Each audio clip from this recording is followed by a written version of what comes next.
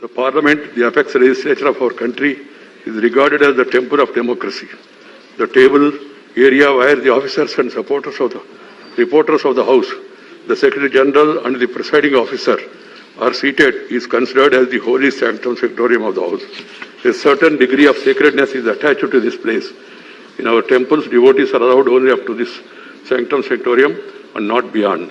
Entering this sanctum sanctorium of the House in itself is an act of sacrilege. It has been happening as a routine for some time. I am distressed by the way this sacredness was destroyed yesterday. While some members sat on the table, some others climbed on the table of the House, perhaps to be more visible in such acts of sacrilege. I have no words to convey my anguish and to condemn such acts. As I spent a sleepless night,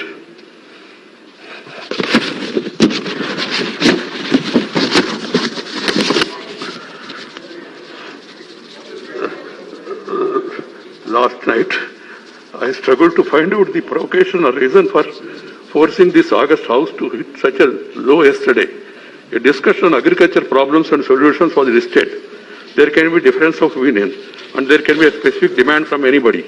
They could have discussed it in the House, protested and voted against this thing. And you have got every right, members have got every right to demand for it, withdrawal also.